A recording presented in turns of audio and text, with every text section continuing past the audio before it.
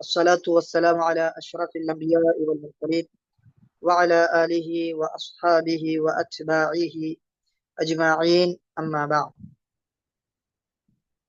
فبالسند المتصل مني إلى الإمام الخطيب التبريزي رحمه الله، وبأسانيده المتصلة إلى ابن عمر رضي الله عنه قال: قال رسول الله صلى الله عليه وسلم: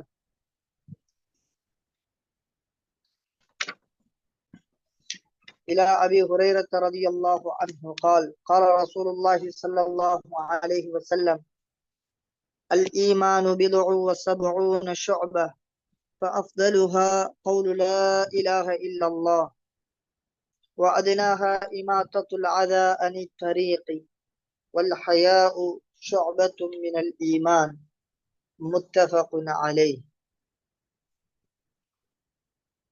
الحمد لله. அல்லாஹுடைய உதவியோட எங்களோட ஹதீஸுடைய இந்த பாடத்திட்டம் சென்று கொண்டிருக்கிறது. அந்த வகையில அபூ ஹுரைரா ரலியல்லாஹு அன்ஹு அவர்கள் அறிவிக்கக்கூடிய ஹதீஸ், நபியுல்லாஹி ஸல்லல்லாஹு அலைஹி வஸல்லம் அவர்கள் சொல்கிறார்கள்: அல் ஈமானு பிதுஉ வ சபஊன ஷுஅபா, ஈமான் என்பது 70 கிளைகளை கொண்டது. ஃபஅஃதலுஹா, அந்த கிளைகளில் ஆக சிறந்த கிளை கௌலு லா இலாஹ இல்லல்லாஹ். வ அத்னாஹா, அந்த கிளைகளில் ஆக தாழ்ந்த கிளை இமாத்தத்துல் அதா அனி தரீக், பாதையிலே எங்களுக்கு இடரளிக்கக்கூடிய விடயங்களை நீக்குதல். வல் ஹயாஉ ஷுஅபத்தும் மினல் ஈமான், வெட்கம் என்பது இது ஈமானில் ஒரு கிளையாகும். முத்தஃபகுன் அலைஹ். இந்த ஹதீஸில அல் ஈமானு பிதுஉ வ சபஊன ஷுஅபா என்ற இந்த பகுதியை நாங்க சென்ற நம்முடைய கிளாஸ்ல நாங்க பார்த்துட்டோம். இன்றைய நாளுடைய வகுப்பிலே ஃபஅஃதலுஹா கௌலு லா இலாஹ இல்லல்லாஹ், ஈமானுடைய கிளைகளில் ஆக சிறந்தது, ஆக உயர்ந்த கிளையாகிறது. அஃதலுஹா ஐ அஅலா ஷுஅபில் ஈமான், ஈமானுடைய கிளைகளில் ஆக உயர்ந்த கிளையாகிறது கௌலு லா இலாஹ இல்லல்லாஹ், லா இலாஹ இல்லல்லாஹ் என்பதாகும். இந்த இடத்துல இந்த லா இலாஹ இல்லல்லாஹ் என்பதை கொண்டு நாட்டம் என்ன, லா இலாஹ இல்லல்லாஹ் என்பதை கொண்டு முராத் என்ன, லா இலாஹ இல்லல்லாஹ் என்ற ஸிக்ரா அல்லது லா இலாஹ இல்லல்லாஹ் என்ற இந்த ஷஹாதாவா, எது என்பது சம்பந்தமாக முஹத்திஸூன்களுக்கு மத்தியிலே கருத்து வேறுபாடுகள் இருக்கிறது. அந்த வகையில நாங்க பார்ப்போமாக இருந்தால் இதற்குரிய நாட்டம் என்ன, எது நாடப்படுகிறது என்பதை தெளிவுபடுத்தும் பொழுது, முதலாவதாக இந்த இடத்துல வரக்கூடிய லா இலாஹ இல்லல்லாஹ் என்பதை கொண்டு முராத் ஸிக்ர், வெறுமனே லா இலாஹ இல்லல்லாஹ் என்று சொல்லக்கூடிய ஸிக்ரே தவிர ஷஹாதா கலிமா அல்ல. சொல்லுவோம் நாங்கள் முதிஅல் கௌல் மௌதிஅ ஸிக்ர், ஸிக்ருடைய இடத்திலே கவுல் இங்கே வைக்கப்பட்டிருக்கிறது, ஷஹாதா என்ற இந்த கவுல் இங்கே வைக்கப்பட்டிருக்கிறது. எப்படி இந்த இடத்துல நாங்க ஸிக்ர் என்று சொல்லி எழும் என்றால், இதற்கு ஆதாரமாக நாங்க ஹதீஸை காட்டுகிறோம்.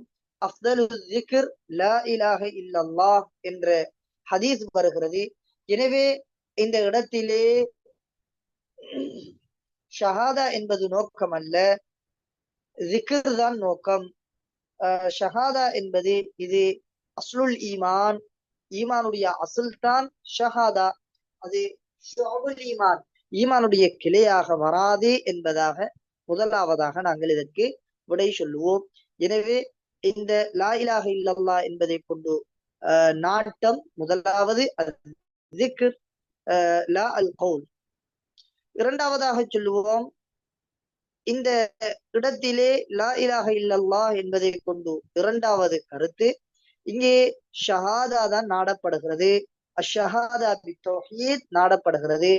ஆனாலும் அஷ்ஷஹாதா பிர் ரிசாலா என்பது ஷுஅப் உஹ்ராவாக இருக்கிறது. அதை நாங்கள் எங்களுடைய உள்ளத்திலே கொண்டு வர வேண்டும். இது இரண்டாவதாக நாங்கள் சொல்லுவோம். மூன்றாவதாக நாங்கள் சொல்லுவோம், இந்த இடத்திலே வரக்கூடிய லா இலாஹ இல்லல்லாஹ் என்பதை கொண்டு முராத் வெறுமனே லா இலாஹ இல்லல்லாஹ் என்பதல்ல, மஜ்முஉ ஷஹாதத்தைன் அன் சித்கி கல்பின், இரண்டு வார்த்தைகளும் இரண்டு ஷஹாதாக்களும் உள்ளடங்கியதுதான் இந்த இடத்திலே முராத். லா இலாஹ இல்லல்லாஹ் என்பது மாத்திரமல்ல, அஃதலுஹா லா இலாஹ இல்லல்லாஹ் வ முஹம்மதுர் ரசூலுல்லாஹ் என்று இருக்கும் என்று நாங்கள் மூன்றாவது முராதை இந்த இடத்திலே சொல்லுவோம். இப்படி நாங்கள் சொல்வோமாக இருந்தால் இந்த இடத்திலே ஒரு கேள்வி வருகிறது.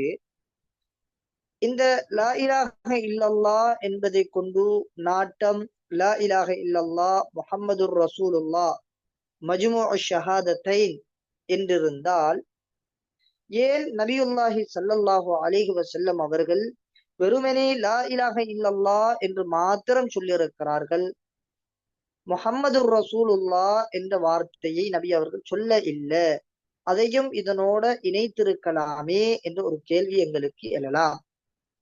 எனவே இந்த கேள்விக்கு நாங்கள் விட சொல்லுவோம் எப்படி என்றால், முதலாவதாக சொல்லுவோம், இந்த இடத்திலே வந்திருக்கக்கூடிய லா இலாஹ இல்லல்லாஹ் என்பது இது ஒரு அலத்துடைய ஸ்தானத்திலே வந்திருக்கிறது, ஒரு பெயருடைய ஸ்தானத்திலே வந்திருக்கிறது.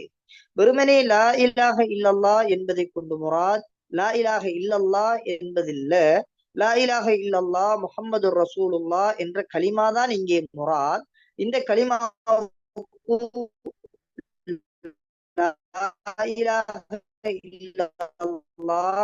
என்று நாங்கள் பெயர் சொல்லுவோம். எனவே இந்த பெயரடிப்படையில் தான் லா இலாஹ இல்லல்லாஹ் என்று பெயரை சொல்லியிருக்கிறார்கள். லா இலாஹ இல்லல்லாஹ் முஹம்மது ரெண்டு ஜுசுக்களும் நாடப்படுகிறது. ஷஹாதத்து அதே போன்று ரிசாலா முஹம்மது. கொஞ்சம் வெயிட் பண்ணுங்க.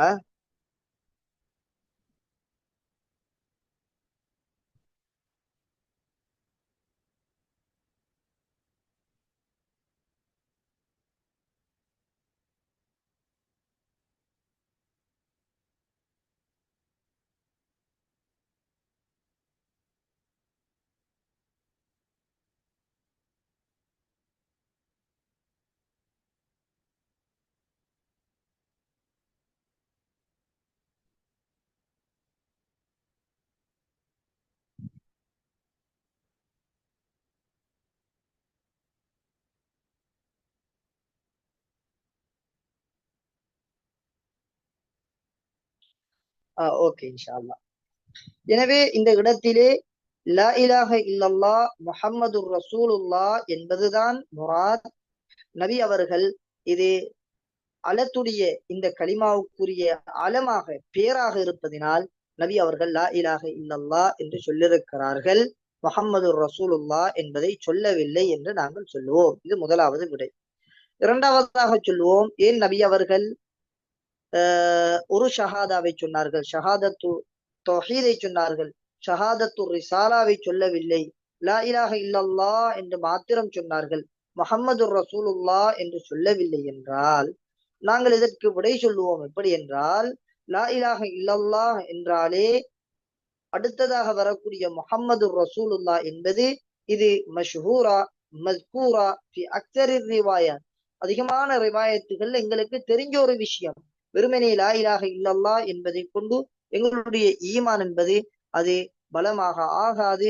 எனவே முஹம்மதுர் ரசூலுல்லாஹ் என்பது இது தெரிந்த விடயம் என்பதனால் நபி அவர்கள் இந்த இடத்திலே இஹ்திசாரன் சுருக்கமாக சொல்ல வேண்டும் என்பதற்காக வேண்டி இந்த இடத்திலே வெறுமனே ஒரு வார்த்தையை சொல்லியிருக்கிறார்கள் என்று இங்கே வரக்கூடிய இந்த கேள்விக்கு நாங்க விடை சொல்ல முடியும்.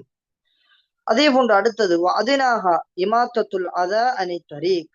வஅத்னாஹா என்றால் ஐ அக்ரபுஹா மன்சிலத்தன் மிக்தாரன் வ மர்தபத்தன், அதாவது ஆக தாழ்ந்த கிளை, கிளையில் ஆக தாழ்ந்த கிளையாகிறது.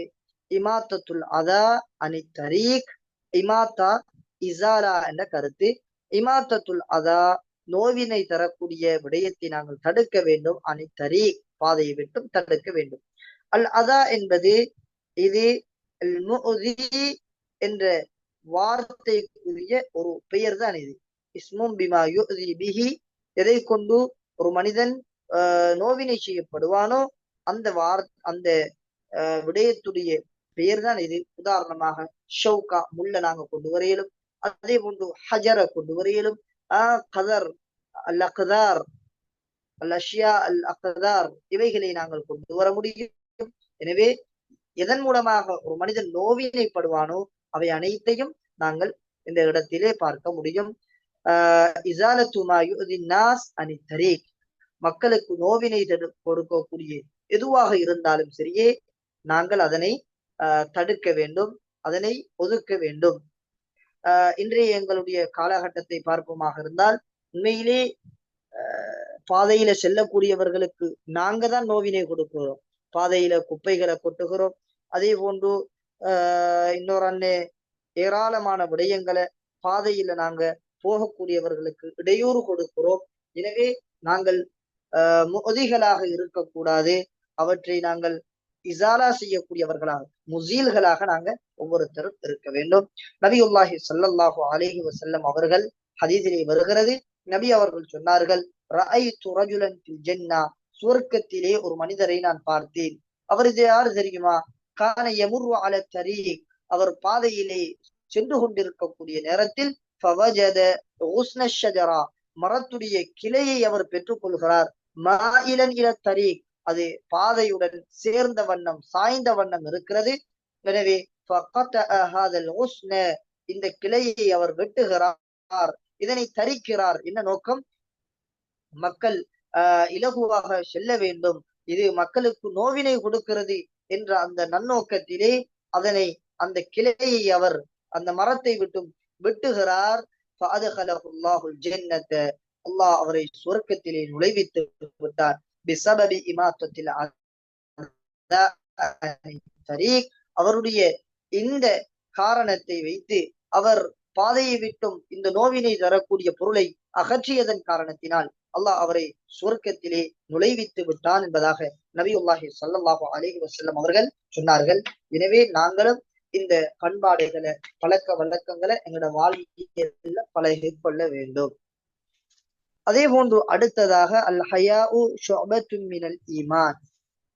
அல் ஹயா என்றால் லொகத்தன் ஹயாவுக்கு அல் இன்கிபால் அல் இன்சிவா என்று சொல்லப்படும். இன்கிபால் என்றால் நாங்க தடுத்து கொள்ளுதல், அல் இன்சிவா ஒதுங்கிக் கொள்ளுதல் என்ற கருத்து. இஸ்திலாஹன் அல் ஹயா என்றால் இன்கிபாது நஃப்ஸி மின் ஷையின், ஒரு விடயத்திலிருந்து நாங்க எங்களோட நஃப்ஸை தடுத்து கொள்றது.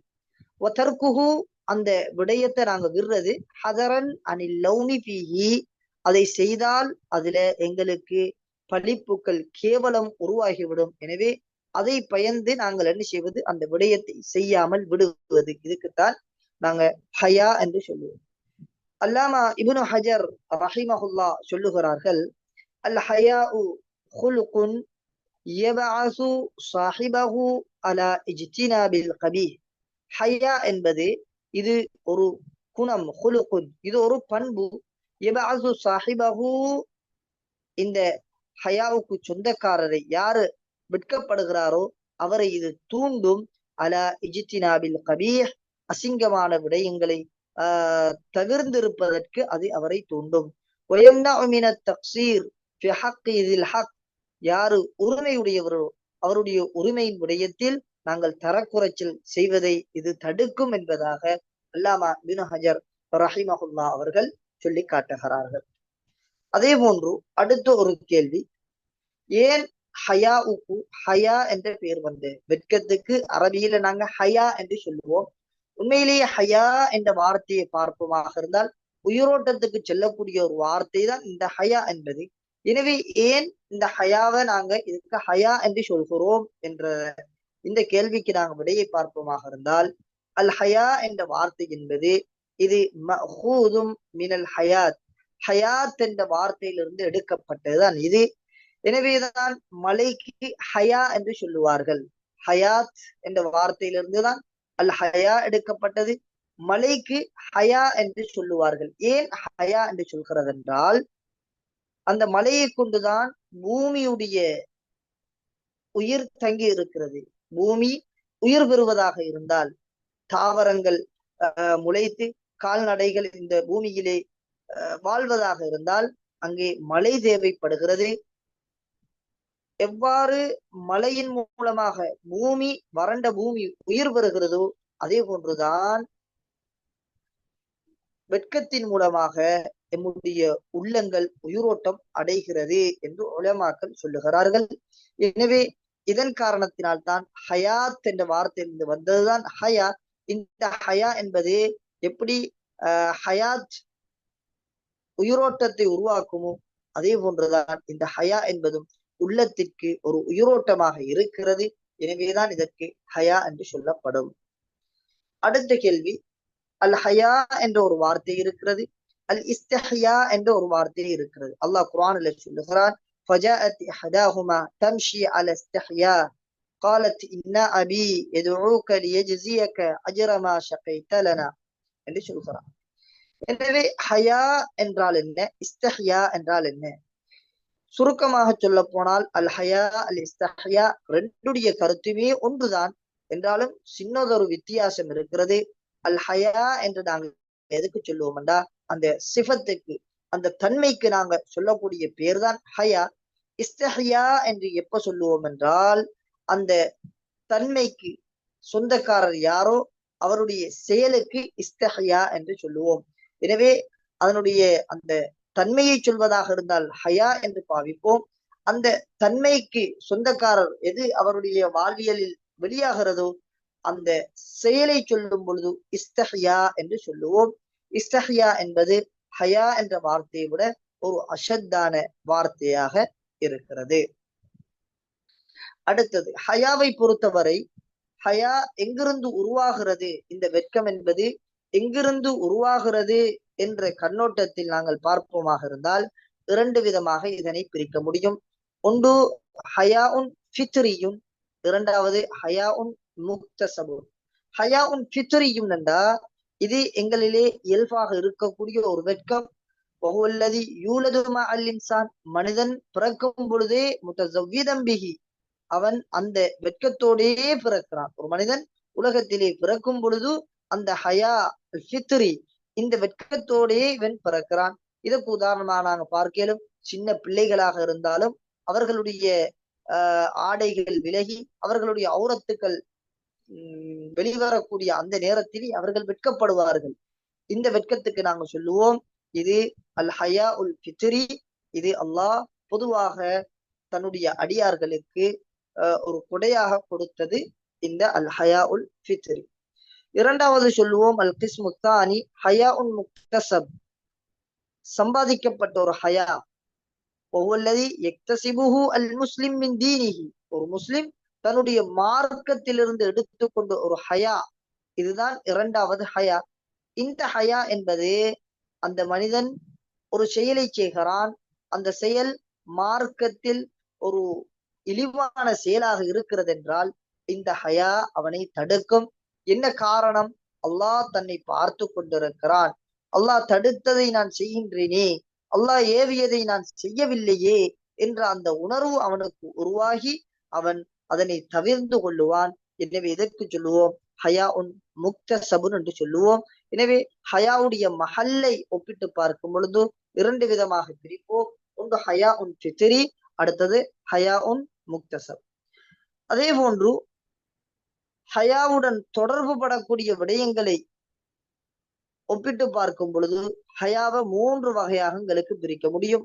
ஒன்று அல் ஹயா உல் உருஃபி, அடுத்தது அல் ஹயா உல் ஷரஇ, மூன்றாவது அல் ஹயா உல் அக்லி. இப்படி மூன்று விதமாக எங்களுக்கு பிரிக்கலாம்.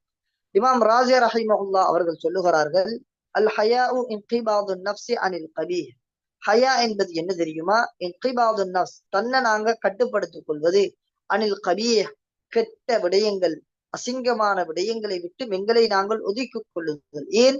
அஜலில் மதம்மா, அதிலே இழிவு இருக்கிறது. மனிதர்கள் அந்த கபீஹை, அந்த அசிங்கத்தை இவர் செய்வாராக இருந்தால் இவரை பழிப்பார்கள் என்ற அந்த ஒரு நிலை அங்கே உருவாகிறது. எனவே இந்த கபீஹ், இந்த அசிங்கத்துக்கு நாங்கள் சொல்லுவோம், இது உலக வளமையில் அசிங்கமாக இருக்குமாக இருந்தால், அதாவது மக்கள் இதனை அசிங்கமாக கருதுவார்களாக இருந்தால், இதிலிருந்து நாங்கள் தவிர்ந்து கொள்வதற்கு சொல்லுவோம் அல் ஹயா அல் உர்ஃபி என்று சொல்லுவோம். அதே போன்று சில நேரம் மார்க்கத்தில இந்த கபீஹ் இருக்கலாம், அதாவது உலக விடயத்திலே அது கபீஹாக கருதப்படாது, ஆனால் மார்க்கத்திலே அது கபீஹ் என்றிருக்கிறது என்றால், இப்பொழுது இந்த கபீஹை விட்டு நாங்கள் தவிர்ந்து கொள்வோமாக இருந்தால் இதற்கு சொல்லப்படும் அல் ஹயா உஷ் ஷரஇ என்று நாங்கள் சொல்லுவோம். சில நேரங்கள் மார்க்கத்திலும் அதே போன்று உர்ஃபிலும் இந்த கபீஹ் ஒன்றாகவே வரும். அந்த நேரத்திலே அல் ஹயா உஷ் ஷரஇ, அல் ஹயா உல் உர்ஃபி என்று இரண்டாகவும் எங்களுக்கு சொல்லிக் கொள்ள இயலும். சில நேரங்களில் உர்ஃபிலே இது கபீஹாக இருக்கலாம், ஆனால் மார்க்கத்திலே கபீஹாக இருக்காது.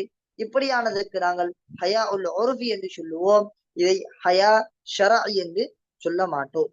அதே போன்று சில நேரங்களில் மார்க்கத்திலே அது கபீஹாக இருக்கலாம், ஆனால் மனிதர்களுக்கு மத்தியிலே உர்ஃபிலே அது கபீஹாக இருக்காது என்றால் இதற்கு நாங்கள் அல் ஹயா உஷ் ஷரஇ என்று சொல்லுவோம், அல் ஹயா உல் உர்ஃபி என்று சொல்ல மாட்டோம். இது அல் ஹயா உஷ் ஷரஇ, அல் ஹயா உல் உர்ஃபி. மூன்றாவது தான் அல் ஹயா உல் அக்லி.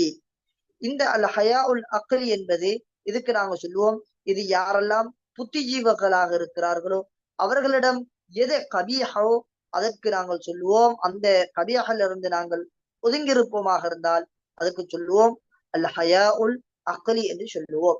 இந்த அல் ஹயா உல் அக்லி என்பது இது பொதுவாக அல் ஹயா உஷ் ஷரஇயை ஒரு காலமும் இது பிரிந்து வராது, அல் ஹயா உஷ் ஷரஇயுடன் சேர்ந்துதான் வரும். ஏனென்றால் அல் கபீஹ் ஷரஅ, மார்க்கத்தில் எதுவெல்லாம் கபீஹாக இருக்கிறதோ அதுவெல்லாம் எங்கட அக்லிலையும் அதெல்லாம் கபீஹாகத்தான் இருக்கும். நபியுல்லாஹி ஸல்லல்லாஹு அலைஹி வஸல்லம் அவர்கள் அகலுன் நாஸ், மக்கள்ல ஆக புத்தி உள்ளவர்கள். எனவே நபி அவர்கள் மார்க்கத்தில எதை இது கபீஹ் என்று சொல்லியிருக்கிறார்களோ அதுவெல்லாமே அல் ஹயா உல் அக்லி என்ற இந்த பட்டியலிலே நுழைந்து விடும்.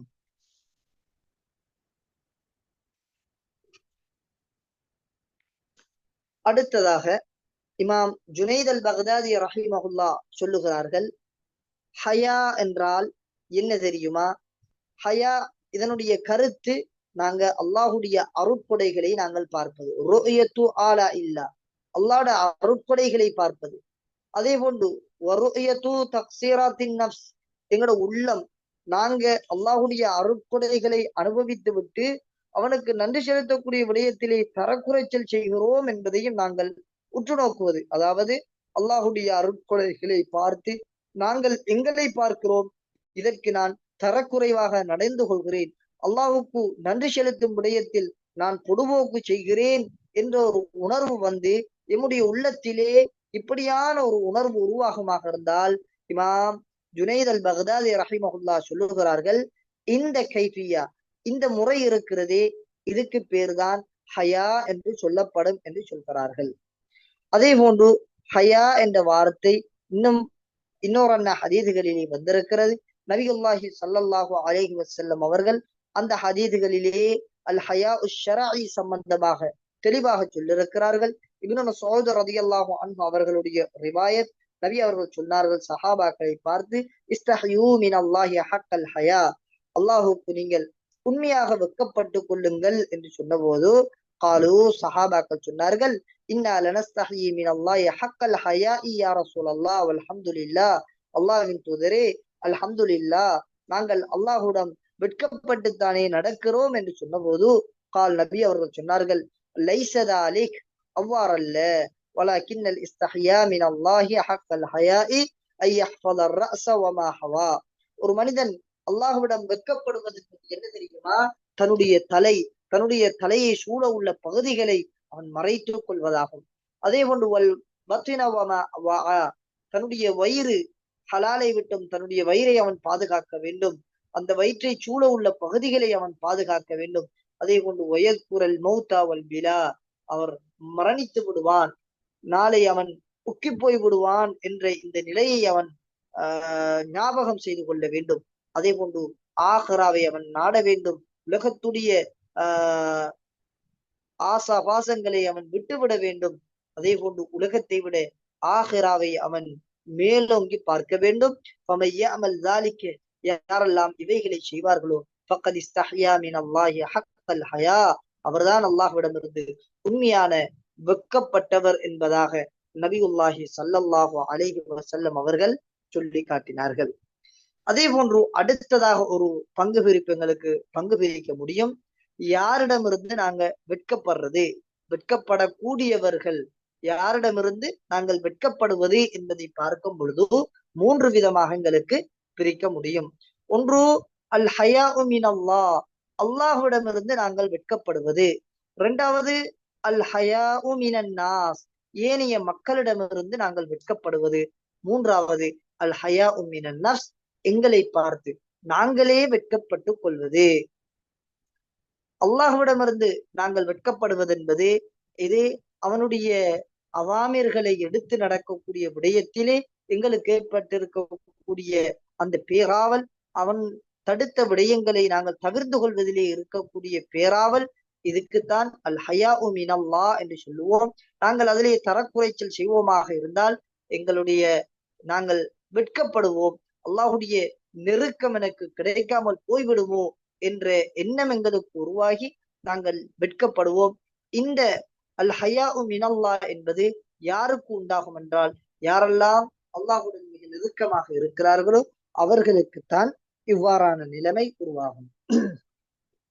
அதே போன்று இரண்டாவது அல் ஹயாஉ மினன் நாஸ்.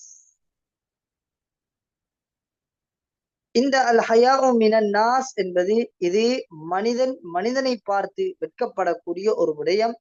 அதாவது தான் அசிங்கமான விடயங்களை செய்வதன் மூலமாக பிறர் என்னை கொச்சைப்படுத்தி விடுவார்களோ, பிறர் என்னை இழிவுபடுத்தி விடுவார்களோ என்பதற்காக வேண்டி ஒரு மனிதன் அஞ்சி ஒதுங்கிக் கொள்வது, இது அல் ஹயாஉ மினன் நாஸ். மூன்றாவது அல் ஹயாஉ மினன் நஃப்ஸ், நாங்கள் எங்களை பார்த்து நாங்களே எங்களிடம் வெட்கப்பட்டுக் கொள்வது.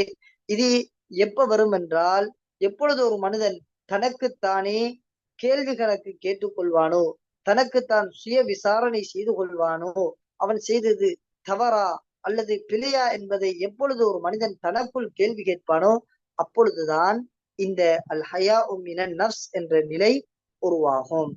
இமாம் மாவரிதி ரஹிமஹுல்லாஹ் அவர்கள் அதபு துன்யா வத்தீன் என்ற கிதாபிலே சொல்லுகிறார்கள், அன்னல் ஹயாஅ ஃபில் இன்சான், ஒரு மனிதனுடைய வாழ்வியலில் வெட்கம் என்பது கத் யகூனு மின் ஸலாஸத்தி அவ்ஜுஹ், 3 விதத்தால வரும். ஒன்று அஹதுஹா ஹயாஉஹு மினல்லாஹி தஆலா, அல்லாஹ்விடமிருந்து அவன் வெட்கப்படுவது. வஸ்ஸானி ஹயாஉஹு மினன் நாஸ், இரண்டாவது மனிதர்களிடமிருந்து அவன் வெட்கப்படுவது. வஸ்ஸாலிசு ஹயாஉஹு மின் நஃப்ஸிஹி, அவன் தன்னிடமிருந்து தானே வெட்கப்பட்டு கொள்வது என்பதாக இமாம் மாவர்தி ரஹிமஹுல்லாஹ் அவர்கள் சொல்லி காட்டுகிறார்கள். அதே போன்று அடுத்தது அவுஜுகுல் ஹயா, ஹயாவுடைய வஜகுகள் சம்பந்தமாக நாங்க பார்ப்போம். அல்லாமா இப்னுல் கையும் ரஹிமஹுல்லாஹ் அவர்கள் ஹயாவுக்கு சில சூரத்துகளை அமைக்கிறார்கள். அமைச்சிட்டு இத 10 பங்குகளாக என்ன செய்கிறார்கள், பிரிக்கிறார்கள். சொல்கிறார்கள், ஒன்று ஹயாஉ ஜினாயா, இரண்டாவது ஹயாஉ தக்சீர், மூணாவது ஹயாஉ இஜ்லால், நாலாவது ஹயாஉ கரம், அஞ்சாவது ஹயாஉ ஹிஷ்மா, ஆறாவது ஹயாஉ இஸ்திஸ்கார் லின்னஃப்ஸ் வஹ்திகாரின் லஹா, ஏழாவது ஹயாஉ மஹப்பா, எட்டாவது ஹயாஉ உபூதிய்யா, ஒன்பதாவது ஹயாஉ ஷரஃப், பத்தாவது ஹயாஉல் முஸ்தஹி மின் நஃப்ஸிஹி என்று சொல்லி 10 விதமாக ஹயாவை என்ன செய்கிறார்கள், ஹயாவுடைய விதங்களை எங்களுக்கு பிரித்து காட்டுகிறார்கள். இதுல ஹயாஉல் ஜினாயா என்பது இது ஒவ்வொன்றுக்கும் ஒவ்வொரு விதமான சூரத்துகள் எங்களுக்கு அமைக்கலும். ஹயா உல் ஜினாயா என்பது ஆதம் அலைஹிஸ்ஸலாம் அவர்கள் சுவர்க்கத்திலிருந்து விரட்டப்பட்ட நேரத்தில் தன்னுடைய தவறை உணர்ந்து வெட்கப்பட்டார்கள். இதற்கு ஹயா உல் ஜினாயா என்று சொல்லுவோம்.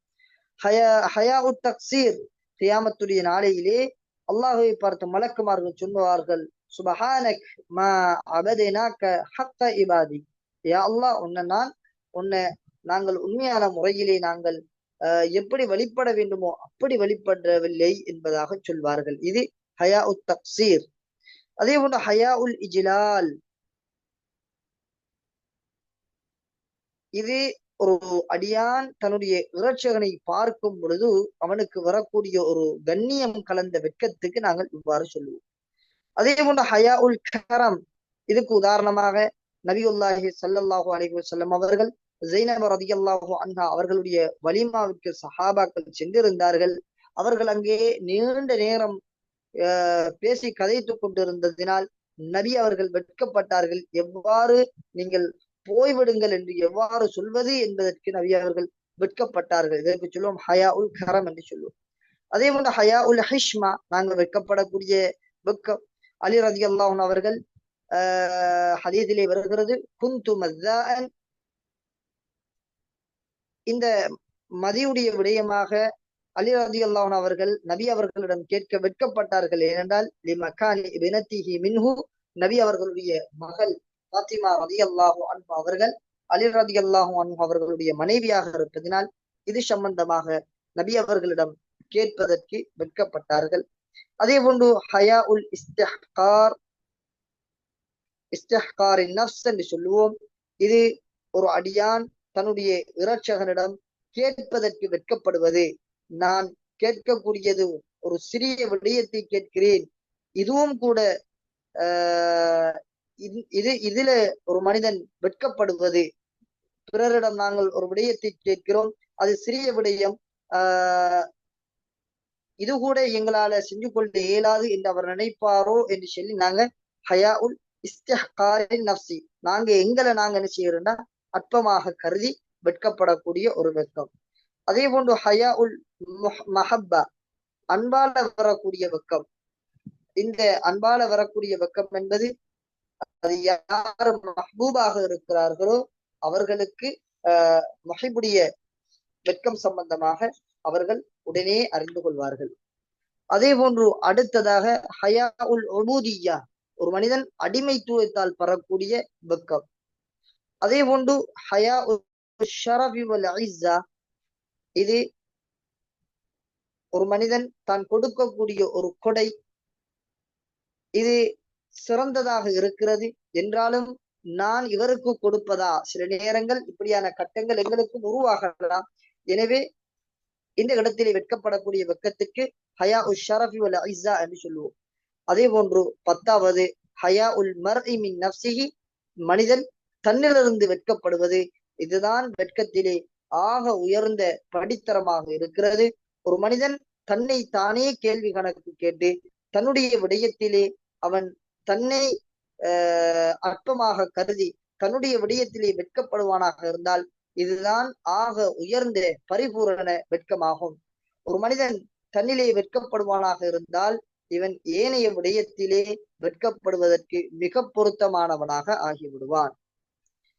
அதே போன்று அடுத்தது மா அஹ்மியத்துல் ஹயா, வெட்கத்துடைய நோக்கம் என்ன, வெட்கத்துடைய முக்கியத்துவம் என்ன என்றால், வெட்கம் என்பது இது ஈமானுடைய அம்சங்களில் ஒன்றாக கருதப்படுகிறது.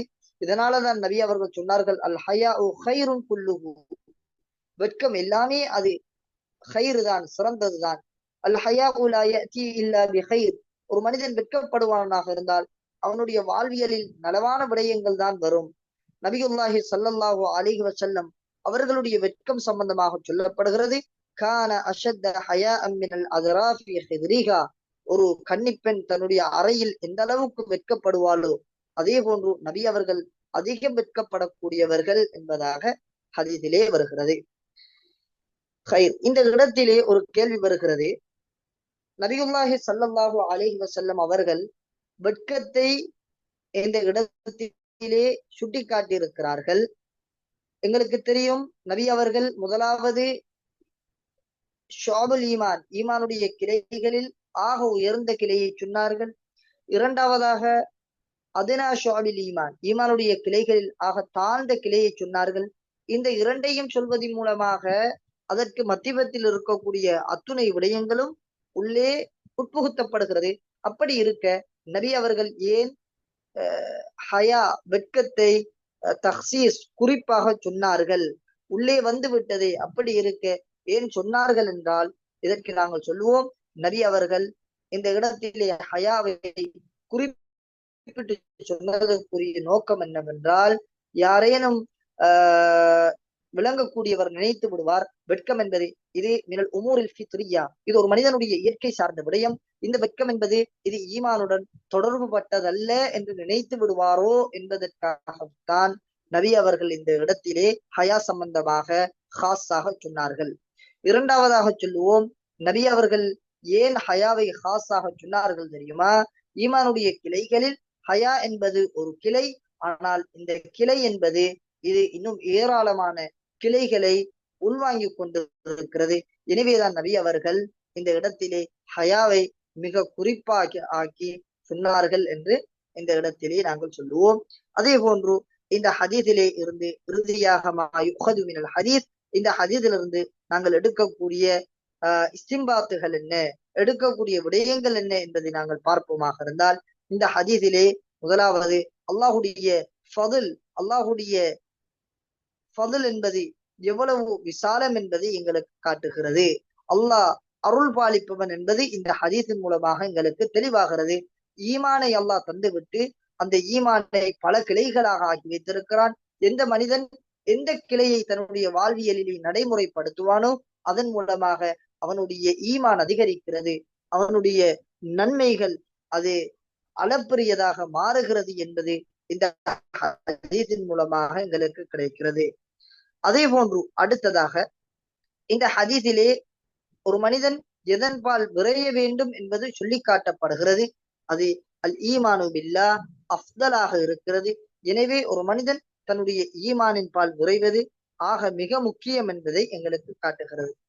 அதே போன்று இந்த ஹதீஸிலே ஒரு முஸ்லிமுடைய வாழ்வு எவ்வாறு அமைய வேண்டும் என்பதை இந்த இஸ்லாம் எங்களுக்கு வழிவகுத்து காட்டுகிறது. அதே போன்று இந்த ஹதீஸிலே ஈமான் என்ற வார்த்தையை அமலுக்கும் பாவிக்க முடியும் என்பது எங்களுக்கு சொல்லுகிறது. ஏனென்றால் இசாலத்துல் அதா இது ஒரு மனிதன் செய்யக்கூடிய அமல். அதே போன்று ஹயா என்பது ஒரு மனிதனிடமிருந்து வரக்கூடிய அமல். இந்த அமலுக்கும் ஈமான் என்று சொல்ல முடியும் என்பதை இந்த ஹதீஸ் எங்களுக்கு காட்டுகிறது. அதே போன்று மூமின்களுடைய படித்தரங்கள் என்ன, ஈமானுக்கு படித்தரங்கள் இருக்குமாக இருந்தால் மூமின்களும் அவர்கள் செய்யக்கூடிய அமல்களின் மூலமாக அவர்களுடைய படித்தரங்களும் வித்தியாசம் இருக்கிறது என்பதை இந்த ஹதீஸ் எங்களுக்கு காட்டுகிறது. அதே போன்று நல்ல குணமாக